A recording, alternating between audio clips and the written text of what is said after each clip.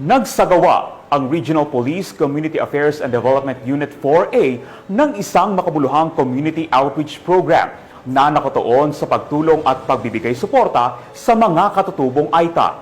Ang detalye ng balitang yan mula kay Patrolman Lawrence Ilagan.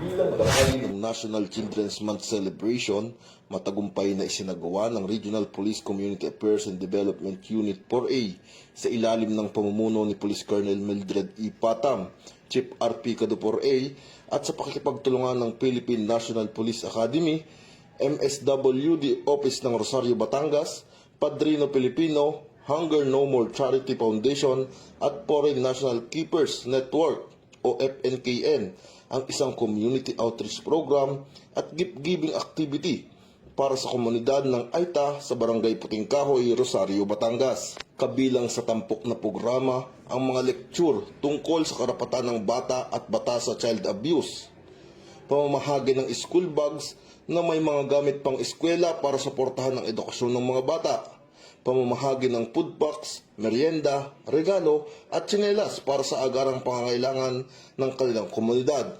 Ang mga ganitong aktibidad ay mahalaga upang mapalakas ang ugnayan ng pamahalaan at komunidad upang maitaguyod ang karapatan ng mga bata at mabigyan ng suporta ang mga katutubong mamamayan. Mula dito sa Calabarzon, ako inyong PNN correspondent, Patrolman Jan Lawrence B. Ilagan, alagad ng batas, tagataguyod ng balitang pulis.